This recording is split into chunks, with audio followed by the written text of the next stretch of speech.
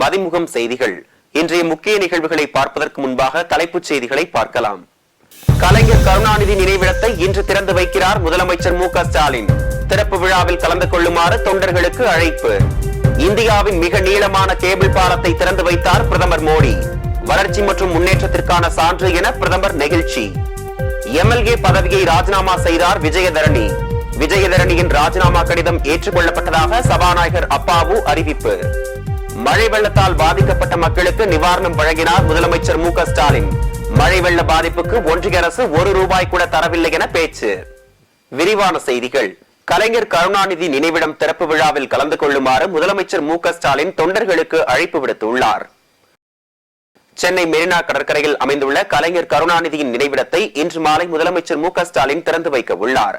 அதேபோல் புதுப்பிக்கப்பட்ட பேரறிஞர் அண்ணா நினைவிடத்தையும் முதலமைச்சர் திறந்து வைக்க உள்ளார். இந்த நிலையில் கலைஞர் கருணாநிதி நினைவிடம் திறப்பு விழாவில் கலந்து கொள்ளுமாறு திமுக தொண்டர்களுக்கு முதலமைச்சர் அழைப்பு விடுத்துள்ளார். இதுகுறித்து முதலமைச்சர் எழுதியுள்ள கடிதத்தில், தமிழுக்காகவும் தமிழ்நாட்டின் வளர்ச்சிக்காகவும் தன் வாழ்நாள் முழுவதும் ஓயாது உழைத்த தலைவர் கலைஞர் ஓய்வு கொள்ளும் இடத்தை ஒரு வரலாற்று சின்னமாக கட்டியமைக்க வேண்டும் என்ற எண்ணத்துடன் திராவிட மாடல் அரசு அதற்கான செயல் திட்டங்களை வகுத்துள்ளதாக தெரிவித்துள்ளார். 6வது முறையாக ஆட்சிக்கு வந்த திராவிட முன்னேற்ற கழக அரசு தொடங்கிய இந்த பணி தலைவர் கலைஞரின் 6ஆம் ஆண்டு நினைவேந்தல் நிகழ்வு வருவதற்கு முன்பாக நிறைவடைந்துள்ளதாக குறிப்பிட்டுள்ளார். இந்த நிலையில் நினைவிடத்தை முதலமைச்சர் மு.க.ஸ்டாலின் இன்று திறந்து வைக்க உள்ள நிலையில் திறப்பு விழாவில் கலந்து கொள்ளுமாறு தொண்டர்களுக்கு அழைப்பு விடுத்துள்ளார். தென் மாவட்டங்களில் ஏற்பட்ட கனமழையால் பாதிக்கப்பட்ட விவசாயிகளுக்கு 201 கோடி நிவாரண நிதி வழங்கிட அரசாணை வெளியிடப்பட்டுள்ளது. தென் மாவட்டங்களில் ஏற்பட்ட கனமழை மற்றும் பெரு வெள்ளத்தின் காரணமாக திருநெல்வேலி, தூத்துக்குடி, தென்காசி, கன்னியாகுமரி, விருதுநகர், ராமநாதபுரம், சிவகங்கை மற்றும் மதுரை ஆகிய 8 மாவட்டங்களில் அதிக பாதிப்பு ஏற்பட்டது. பாதிப்பிற்குள்ளான விவசாயிகள் பயனடையும் வகையில் 160.42 கோடி நிவாரணம் வழங்கிடவும் 38,840 ஹெக்டேர் தோட்டக்கலை பயிர்களுக்கு 62,735 விவசாயிகள் பயனடையும் வகையில் 41.24 கோடி நிவாரணம் வழங்கிட உத்தரவிடப்பட்டுள்ளது. மாநில பேரிடர் நிவாரண நிதியில் இருந்து நிதி ஒதுக்கீடு செய்யப்பட்டு பாதிக்கப்பட்ட விவசாயிகளுக்கு 201.67 கோடி நிவாரண நிதி வழங்கிட வருவாய் மற்றும் பேரிடர் மேலாண்மை துறையால் அரசாணை வெளியிடப்பட்டுள்ளது. இதையடுத்து நிவாரண தொகையினை விவசாயிகளின் வங்கி கணக்கில் நேரடியாக வரவு வைக்க உடனடியாக நடவடிக்கை மேற்கொள்ளப்பட்டுள்ளது. இந்தியாவின் மிக நீளமான குஜராத்தில் கட்டப்பட்டுள்ள சுதர்சன் சேது கேபிள் பாலத்தை பிரதமர் மோடி திறந்து வைத்தார். குஜராத்தில் ஓகா நிலப்பரப்பையும் துவாராக தீவையும் இணைக்கும் 2.32 கிலோமீட்டர் நீளமுள்ள நாட்டின் மிக நீளமான சுதர்சன் சேது கேபிள் பாலத்தை பிரதமர் மோடி திறந்து வைத்தார். முன்னதாக சிக்னேச்சர் பாலம் என்று அழைக்கப்பட்ட இந்த பாலம் தற்போது சுதர்சன் சேது அல்லது சுதர்சன் பாலம் என பெயர் மாற்றப்பட்டது. பேட் துவாராகா என்பது துவாராகா நகரத்தில் இருந்து சுமார் 30 கிலோமீட்டர் தொலைவில் உள்ள ஓகா துறைமுகத்திற்கு அருகில் உள்ள இந்த தீவில் புகழ்பெற்ற துவாரகாதீசர் கிருஷ்ணர் கோவில் அமைந்துள்ளது. இதுகுறித்து பிரதமர் மோடி வெளியிட்டுள்ள ட்விட்டர் பதிவில், நிலங்களையும் மக்களையும் இணைக்கும் சுதர்சன் சேது பாலத்தை திறந்து வைப்பதில் மகிழ்ச்சி என பதிவிட்டுள்ளார். வெறுப்பு மற்றும் வன்முறையை நீக்கி நாட்டை காப்பாற்றுவதே இந்திய ஒற்றுமை நியாய யாத்திரையின் நோக்கம் என ராகுல் காந்தி தெரிவித்துள்ளார். காங்கிரஸ் கட்சியின் முன்னாள் தலைவர் ராகுல் காந்தி இந்திய ஒற்றுமை நியாய யாத்திரை என்ற பெயரில் மணிப்பூர் மாநிலத்தில் இருந்து யாத்திரை மேற்கொண்டு வருகிறார். மேற்கு வங்காளம், பீகார் வழியாக உத்தரப்பிரதேசத்துக்குள் அவரது யாத்திரை நுழைந்துள்ளது. இந்நிலையில் ஆக்ராவில் பேசிய ராகுல் காந்தி, இளைஞர்களுக்கு வேலை வழங்க விரும்பாததால் அரசு வேலை தேடுபவர்களின் நேரத்தை வீணடிப்பதே பாஜக அரசின் நோக்கமாக உள்ளதாக தெரிவித்தார். நாட்டில் வெறுப்பு அதிகரிப்பதற்கு காரணம் அநீதி என தெரிவித்த அவர், இந்தியாவில் ஏழைகள், விவசாயிகள், இளைஞர்கள், பெண்களுக்கு அநீதி இழைக்கப்படுவதாக தெரிவித்தார். வெறுப்பு மற்றும் வன்முறையை நீக்கி நாட்டை காப்பாற்றுவதே இந்த பயணத்தின் நோக்கம் என அவர் தெரிவித்தார். காங்கிரஸ் கட்சியின் அழைப்பை ஏற்று ஆக்ராவில் ராகுல் காந்தியுடன் இந்திய ஒற்றுமை நீதி நடைப்பயணத்தில் சமாஜ்வாதி கட்சி தலைவர் அகிலேஷ் யாதவ் பங்கேற்றார். தென் மாவட்ட மழை வெள்ள பாதிப்புக்கு ஒன்றிய அரசு ₹1 கூட தரவில்லை என முதலமைச்சர் மு.க.ஸ்டாலின் தெரிவித்துள்ளார். தூத்துக்குடி மாவட்டம் சில்லாநத்தம் சிப்காட் தொழில் பூங்காவில் வியட்நாம் நிறுவனமான வின்பாஸ்ட் மின் வாகன உற்பத்தி ஆலை அமைக்க உள்ள ஆலைக்கு முதலமைச்சர் மு.க.ஸ்டாலின் அடிக்கல் நாட்டினார். தொடர்ந்து தூத்துக்குடி, திருநெல்வேலி மாவட்டங்களில் பெருவெள்ளம் மற்றும் அதி கனமழையினால் பாதிக்கப்பட்டவர்களுக்கு முதலமைச்சர் மு.க.ஸ்டாலின் நிவாரணம் மற்றும் நலத்திட்ட உதவிகளை வழங்கினார். பின்னர் பேசிய அவர், பேரிடர்களின் போது பாதிக்கப்பட்ட மக்களின் வாழ்வாதாரத்தை மீட்க தேவையான திட்டங்களை தீட்டுவதுதான் திராவிட மாடல் அரசு என தெரிவித்தார்.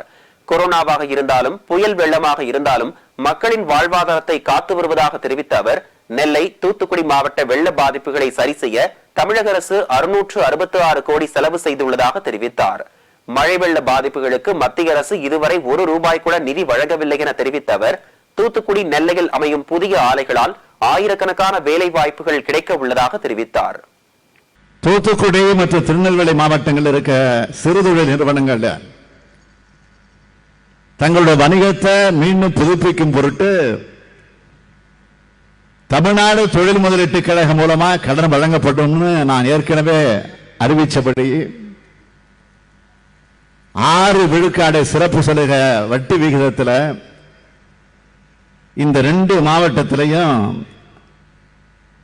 670 குறு சிறு மற்றும் நடுத்தர தொழில் நிறுவனங்களுக்கு ₹18 கோடி கடனுதவி வழங்கப்பட்டிருக்கிறது. இதனால இந்த மாவட்டங்களை சார்ந்த உப்பு உற்பத்தியாளர்கள், தீப்பெட்டி உற்பத்தியாளர்கள் உள்ளிட்ட பல்வேறு சிறுதொழில் செய்வோர் பயனடைஞ்சிருக்காங்க. இது எல்லாத்தையுமே ஒன்றிய அரசு ₹1 கூட கொடுக்கல. இதுக்கு அதான் முக்கியம். ஒன்றிய அரசு ₹1 கூட கொடுக்காத போதும் இது யாரு கொடுத்ததுன்னா இந்த ஸ்டாலின் உங்களுக்காக கொடுத்தது, இந்த அரசு உங்களுக்காக கொடுத்தது. இந்த அளவுக்கு அளப்பரிய நலத்திட்டங்களை நம்முடைய அரசு வழங்கி இருக்கக்கூடிய இந்த சூழ்நிலையில தூத்துக்குடி மற்றும் திருநெல்வேலி மாவட்ட மக்களுடைய நலன் கருதி தற்போது மேற்கொள்ளப்பட்டு வரக்கூடிய திட்டங்கள் மற்றும் சில அறிவிப்புகளை வெளியிடுறதுல நான் மிகுந்த மகிழ்ச்சி அடைகிறேன். விளவங்கோடு சட்டமன்ற உறுப்பினர் விஜயதரணியின் ராஜினாமா கடிதம் ஏற்கப்பட்டதாக தமிழக சட்டப்பேரவை சபாநாயகர் அப்பாவு அறிவித்துள்ளார். விளவங்கோடு சட்டமன்ற உறுப்பினராக இருந்த விஜயதரணி டெல்லியில் ஒன்றிய இணையமைச்சர் எல் முருகன் முன்னிலையில் பாஜகவில் இணைந்தார். காங்கிரஸ் கட்சி சார்பில் நாடாளுமன்ற தேர்தலில் போட்டியிட வாய்ப்பு மறுக்கப்பட்ட நிலையில் பாஜகவில் இணைந்ததாக கூறப்படுகிறது. பாஜகவில் இணைந்ததை தொடர்ந்து விஜயதரணி காங்கிரஸ் கட்சியின் அடிப்படை உறுப்பினர் பதவியில் இருந்து நீக்கப்பட்டார். இதனைத் தொடர்ந்து விளவங்கோடு சட்டமன்ற உறுப்பினர் பதவியை ராஜினாமா செய்வதாக விஜயதரணி அறிவித்தார். இந்த நிலையில் விளவங்கோடு சட்டமன்ற உறுப்பினர் விஜயதரணியின் ராஜினாமா கடிதம் ஏற்கப்பட்டதாக தமிழக சட்டப்பேரவை சபாநாயகர் அப்பாவு அறிவித்துள்ளார். இது தொடர்பாக செய்தியாளர்கள் சந்திப்பில் கருத்து தெரிவித்துள்ள அவர், விளவங்கோடு தொகுதி காலியாக உள்ளது என அறிவிக்க உரிய நடவடிக்கை எடுக்கப்படும் எனவும் தெரிவித்தார். விளவங்கோடு தொகுதி காலி என அறிவிக்கப்பட்டால் மக்களவை தேர்தலுடன் சேர்த்து விளவங்கோடு தொகுதிக்கு இடைத்தேர்தலும் நடைபெற வாய்ப்புள்ளது. ஹரியானாவில் மீண்டும் இணையதள சேவைகள் வழக்கம் போல செயல்பட அனுமதி அளித்து அம்மாநில அரசு உத்தரவிட்டுள்ளது. குறைந்தபட்ச ஆதரவு விலைக்கு சட்டப்பூர்வ உத்தரவாதம் அளிக்க வேண்டும் உள்பட பல்வேறு கோரிக்கைகளை மத்திய அரசு நிறைவேற்ற வலியுறுத்தி விவசாய கூட்டமைப்புகள் சார்பாக போராட்டம் நடைபெற்று வருகிறது. இதையொட்டி பஞ்சாப் மற்றும் ஹரியானா எல்லைப் பகுதிகளான ஷம்பு மற்றும் கனௌரியில் விவசாயிகள் திரண்டுள்ளனர்.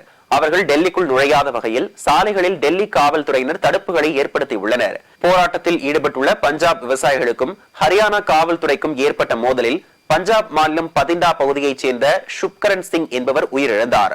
இந்த சம்பவம் நாடு முழுவதும் பெரும் அதிர்வலையை ஏற்படுத்தியது. இதனிடையே ஹரியானாவில் விவசாயிகள் போராட்டத்தால் பதற்றமான சூழல் நிலவிய அம்பாலா, குருஷேத்ரா ஆகிய 7 மாவட்டங்களில் முன்னெச்சரிக்கை நடவடிக்கையாக கடந்த 11ஆம் தேதி முதல் இணையதள சேவைகள் முடக்கப்பட்டிருந்தன. இந்த நிலையில் அந்த மாவட்டங்களில் மீண்டும் இணையதள சேவைகள் வழக்கம் போல செயல்பட அனுமதி அளித்து அரசு நிர்வாகம் உத்தரவிட்டுள்ளது. திமுக மற்றும் மக்கள் நீதி மய்யம் கட்சிகளுக்கிடையே தொகுதி உடன்பாடு 28ஆம் தேதிக்குள் கையெழுத்தாக வாய்ப்புள்ளதாக தகவல் வெளியாகியுள்ளது. மக்களவை தேர்தல் நெருங்கி வரும் நிலையில் தமிழ்நாட்டில் கட்சிகள் இடையே கூட்டணி பேச்சுவார்த்தை தீவிரமாக நடைபெற்று வருகிறது. தேர்தலுக்கான பணிகளில் அரசியல் கட்சிகள் தீவிரமாக ஈடுபட்டு வருகின்றன. அந்த வகையில் தொகுதி பங்கீடு தொடர்பாக திமுக அதன் கூட்டணி கட்சிகளுடன் முதற்கட்ட பேச்சுவார்த்தை அண்மையில் நடத்தப்பட்டது.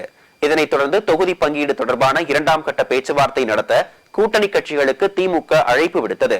அதன்படி சென்னை அண்ணா அறிவாலயத்தில் நடந்த 2ஆம் கட்ட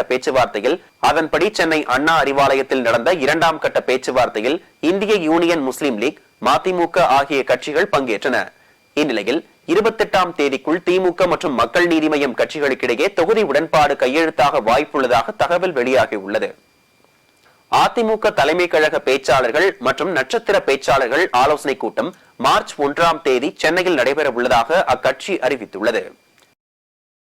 தேர்தல் பரப்புரையை எவ்வாறு மேற்கொள்ள வேண்டும் என்பது குறித்து தலைமை கழக பேச்சாளர்கள் ஆலோசனைக் கூட்டம் வரும் மார்ச் 1ஆம் தேதி காலை 10 மணி அளவில் சென்னை எழும்பூரில் உள்ள ஹோட்டல் இம்பீரியல் சிராஜ் மஹாலில் நடைபெற உள்ளதாக அறிவித்துள்ளது.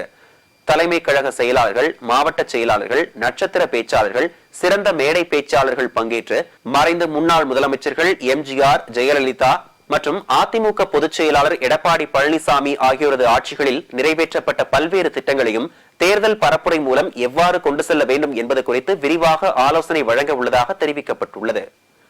செங்கல்பட்டு மாவட்டத்தில் மது போதையில் காரை ஓட்டி பொதுமக்களுக்கு இடையூறு விளைவித்த இளைஞர்களால் பெரும் பரபரப்பு ஏற்பட்டது. செங்கல்பட்டு மாவட்டம் மகாபலிபுரம் பகுதியில் 2 பெண்கள் உட்பட 4 பேர் அளவுக்கு அதிகமான மது போதையில் சாலையில் நடந்து சென்ற பெண்கள் மற்றும் இருசக்கர வாகனத்தில் சென்றவரை அச்சுறுத்தும் வகையில் காரை வேகமாக ஓட்டிச் சென்றுள்ளனர். மேலும் திருக்கழுக்குன்றம் கொல்லிமேடு நெடுஞ்சாலையில் இருசக்கர வாகனத்தில் வந்து கொண்டிருந்த இளைஞர்கள் மீது மோதியதில் ஒருவருக்கு காயம் ஏற்பட்டுள்ளது. இதுகுறித்து போக்குவரத்து காவல்துறையினர் கொடுத்த தகவலின் பெயரில் அங்கு வந்த காவல்துறையினர் காரை மடக்கி பிடித்து விசாரணை மேற்கொண்டுள்ளனர். அதில் காரை ஓட்டி வந்த நபர் திமுக ராஜ்யசபா உறுப்பினர் கிரிராஜன் என்பவரின் மகன் செந்தமிழன் என்பது தெரியவந்தது. இவர் சட்டப்படிப்பு இறுதியாண்டு பயின்று வருகிறார். அவரோடு சக மாணவர் மற்றும் 2 மாணவிகளும் நிற்க கூட முடியாமல் போதை தலைக்கேறிய நிலையில் காவல்துறை அதிகாரிகளுடன் வாக்குவாதத்தில் ஈடுபட்டுள்ளனர்.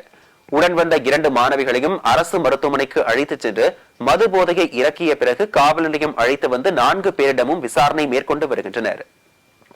பல்வேறு மாவட்டங்களில் நடைபெற்ற நிகழ்வுகளை களத்தில் மதிமுகம் பகுதியில் தற்போது பார்க்கலாம்.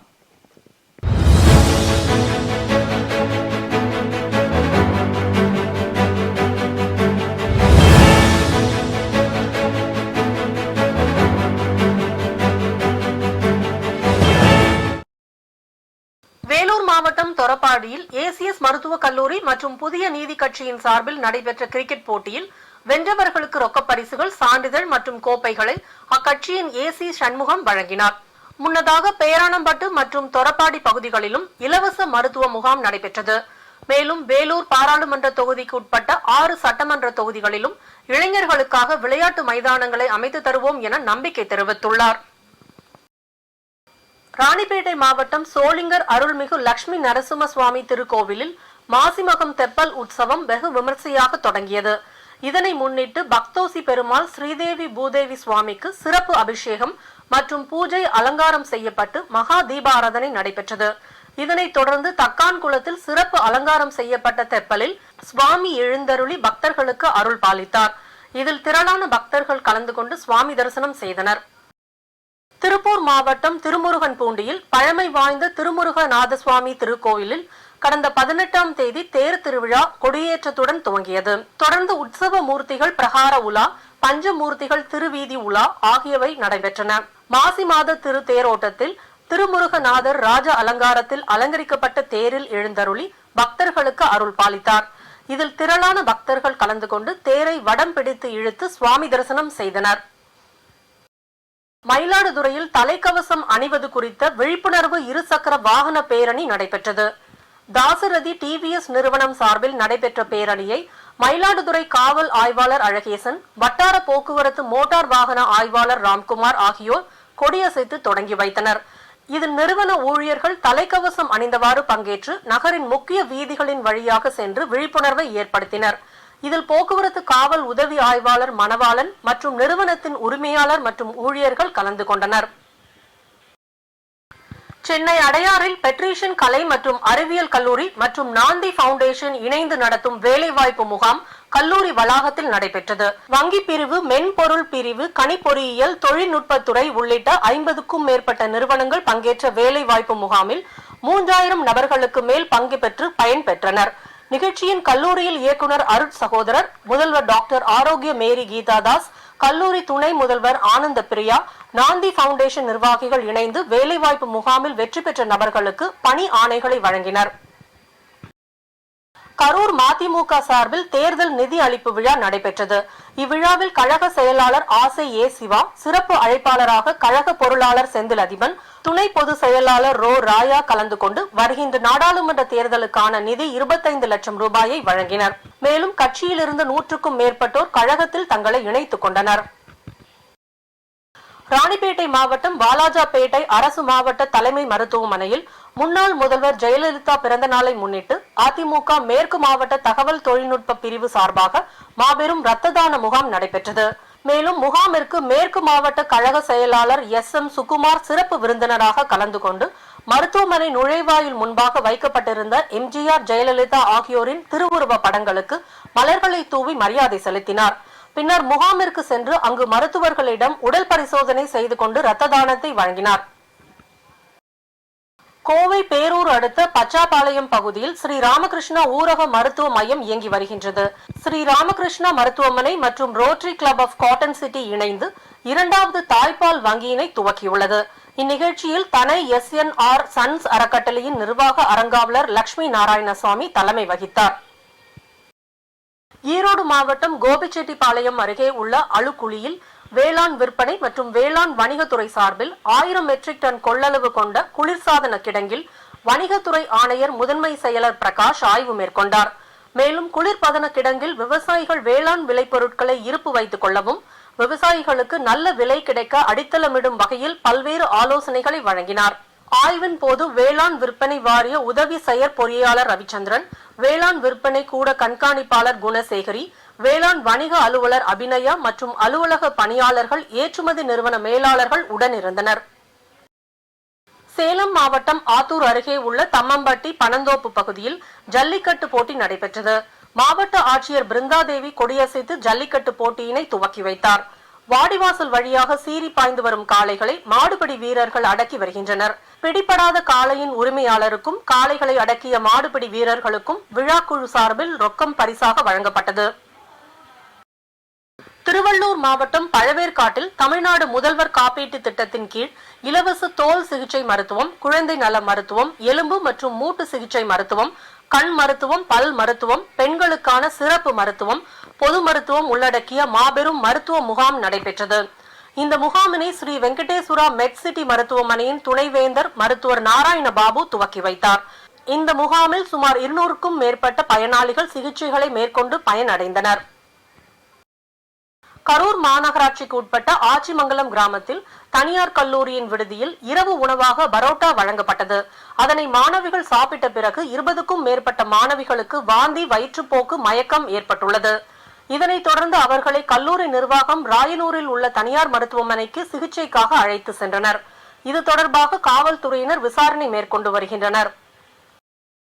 திருவள்ளூர் புத்தக கண்காட்சியை கைத்தறி அமைச்சர் காந்தி துவக்கி வைத்து அரங்கினை மேற்பார்வையிட்டார். திருவள்ளூர் மாவட்ட ஆட்சியர் அலுவலக பெருந்திட்ட வளாகத்தில் 3வது புத்தக திருவிழாவை மாவட்ட ஆட்சியர் பிரபு சங்கர் தலைமையில் நடைபெற்றது. இந்த புத்தக திருவிழாவை கைத்தறி மற்றும் துணிநூல் துறை அமைச்சர் காந்தி துவக்கி வைத்தார். திருப்பத்தூர் மாவட்டம் வாணியம்பாடி சுற்றுவட்டார பகுதிகளில் செயல்பட்டு வரும் தோல் தொழிற்சாலைகளில் திறந்து விடப்படும் தொழிற்சாலை கழிவு நீரால் பாலாற்றில் செல்லும் நீரானது மாசடைந்து காணப்படுகிறது. இதன் காரணமாக ஆயிரக்கணக்கான மீன்கள் செத்து மிதப்பதால் துர்நாற்றம் வீசி வருகிறது. இது குறித்து ஏற்கனவே பலமுறை புகார் அளித்தும் மாசு கட்டுப்பாட்டு வாரிய அதிகாரிகள் எந்தவித நடவடிக்கையும் எடுக்காமல் தோல் தொழிற்சாலைகளுக்கு துணை போவதாகவும் இதனால் வருங்கால சந்ததியினருக்கு கிடைக்க வேண்டிய வளங்கள் அனைத்தும் வீணாவதாகவும் அப்பகுதி மக்கள் வேதனை தெரிவிக்கின்றனர். நான் இங்கே திருப்பத்தூர் மாவட்டம் பக்கத்தில் பால்பள்ளின்னு ஒரு கிராமத்தில் இருக்கேன். இங்கே வடச்சேரியிலிருந்து வரப்பட்டு வர பாலாற்றில் ஃபுல்லாக இந்த ரசாயன கழிவுகள் எல்லாம் கலக்குறாங்க. தொழிற்சாலையிலிருந்து வர ரசாயன கழிவுகள் மொத்தம் கலந்து இங்கே குடிக்கிறதுக்கு தண்ணி இல்லை, விவசாயத்துக்கு தண்ணி இல்லை. இப்போ இங்கே வந்து பார்த்தீங்கன்னா மொத்த மீனும் இறந்து கிடக்குது. ஒரு 100கணக்கான மீன் இறந்து கிடக்குது. இதெல்லாம் எதனாலன்னு பார்த்தீங்கன்னா இந்த தொழிற்சாலையிலேருந்து வர ரசாயன கழிவுகளால் தான் இது மாதிரி நடக்குது. இப்போ விவசாயத்துக்கும் தண்ணி இல்லை, குடிக்கிறதுக்கும் தண்ணி இல்லை. இது எல்லாத்துக்கும் காரணம் இந்த தொழிற்சாலைகள் தான். இதுக்காக நாங்கள் ஏற்கனவே கோரிக்கை வச்சுருக்கோம். கவர்மெண்ட்கிட்டையும் சரி, இந்த சுற்றுச்சூழல் அதிகாரிகிட்டையும் கோரிக்கை வச்சுருக்கோம். ஆனால் அவங்க எந்த ஒரு மேற்கொண்ட நடவடிக்கையும் எடுக்கலை. இது நாங்கள் என்ன பண்ணுறதுன்னு தெரியல. இது மாதிரி இந்த சம்பவம் நடந்துகிட்டே தான் இருக்குது. யார்கிட்ட சொல்லணும்னு தெரியல. இப்போ வாழ்வாதாரத்துக்கு பார்த்தீங்கன்னா தண்ணி தான் முக்கியமான விஷயம். அந்த தண்ணியிலே இது மாதிரி பண்ணால் மக்கள் எல்லாம் என்ன பண்ணுறது? இந்த ஊரில் யாருமே விவசாயம் பண்ண விடாதா, இல்லை கவர்மெண்ட்டே விவசாயத்துக்கு ஏதாச்சும் பண்ணுறாங்களான்னு தெரியல. இது ஏதாச்சும் பார்த்தா தான் உண்டு, இல்லைனா யாரும் விவசாயம் பண்ண முடியாது. எதுவும் நடக்காது ஊரில். இது கவர்மெண்ட் என்னதான் பண்ண போகிறாங்கன்னு தெரியல. சுற்றுச்சூழல் அதிகாரி என்ன பண்ண போகிறாங்கன்னு தெரியல. நடவடிக்கை சுற்றுச்சூழல் அதிகாரிக்கு என்ன நடவடிக்கை போகிறாங்கன்னு தெரியல. என்னோட பேர் வந்து தனுஷ். பூமி அமைப்பின் சார்பாக டீச்சர்ஸ் எக்ஸ்பிரஸ் நிகழ்ச்சி சென்னை எழும்பூரில் நடைபெற்றது. 17 ஆண்டுகளாக மக்கள் நல பணிகளை செய்து வரும் பூமி அமைப்பின் சார்பாக ஆசிரியர்களுக்காக பிரத்யேகமான டீச்சர்ஸ் எக்ஸ்பிரஸ் நிகழ்ச்சி ஏற்பாடு செய்யப்பட்டிருந்தது. நிகழ்ச்சியில் சென்னை முழுவதிலும் இருந்து சுமார் 40 பள்ளிகளில் இருந்து 300க்கும் மேற்பட்ட ஆசிரியர்கள் கலந்து கொண்டனர். இதில் ஆசிரியர்களுக்கு மன அமைதி ஏற்படுத்தும் நோக்கில் பல்வேறு பாரம்பரிய விளையாட்டுகள், பாரம்பரிய உணவு சமைப்பது உள்ளிட்ட போட்டிகள் நடைபெற்றன. என்னோட பேர் Nagaswarnamukhi. Mary Clubwala Jadhav girls higher secondary ஸ்கூலில் சயின்ஸ் டீச்சராக இருக்கேன். ஸோ பூமி ஃபவுண்டேஷன் ஒரு wonderful programme called teachers express வந்து இங்கே ஆர்கனைஸ் பண்ணியிருக்காங்க. அரவுண்ட் 450க்கு மேலே இங்கே டீச்சர்ஸ் வந்து நாங்கள் கேதர் ஆகிருக்கோம் சென்னையிலேருந்து. இது வந்து டீச்சர்ஸ் வந்து இருக்கக்கூடிய ஸ்ட்ரெஸ்ஸை வந்து பர்ஸ்ட் பண்ணுறதுக்கு ஒரு நல்ல ஒரு ப்ரோக்ராமாக இதை வந்து எடுத்துகிட்டு போயிருக்கிறாங்க. வந்த உடனே நாங்கள் வந்து ஒரு டீச்சர்ஸ் அப்படின்ற ஃப்ரேம்லேருந்தே நாங்கள் வெளியில் வந்துட்டோம். வெளியில் வந்து டீச்சர்ஸ்க்கான ஒரு ஃபன் ஆக்டிவிட்டீஸ், கேம் ஜோனு, அப்புறம் எங்களுக்குள்ளே இருக்கக்கூடிய திறமையை வெளியில் கொண்டு வரதுக்கான நிறைய ஆக்டிவிட்டீஸ் இருந்தது. அதில் வந்து ஃபுட் கார்னர் இருந்தது, எங்களோட சாப்பாட்டு திறமை, அப்புறம் சமைக்கிறது அதை வெளியில் கொண்டு வரா மாதிரி. அப்புறம் எங்களுடைய கலை களஞ்சியம்னு ஒன்று வச்சுருந்தாங்க. அதில் நாங்கள் பொயட்ரி எழுதினோம், பாட்டு பாடணும், சிலது நாங்கள் கண்டுபிடிச்சோம் என்ன படம் அப்படின்றத கண்டுபிடிச்சோம். சினி ஜோனில் ஒரு நல்ல ஹார்ட் டச்சிங் மூவி ஒன்று எங்களுக்கு போட்டு காமிச்சாங்க. அப்புறம் இங்கே ஃபன் ஜோனில் பாரம்பரிய விளையாட்டுகள் எல்லாத்தையும் மறுபடியும் எங்களுக்கு எடுத்துகிட்டு வந்திருந்தாங்க.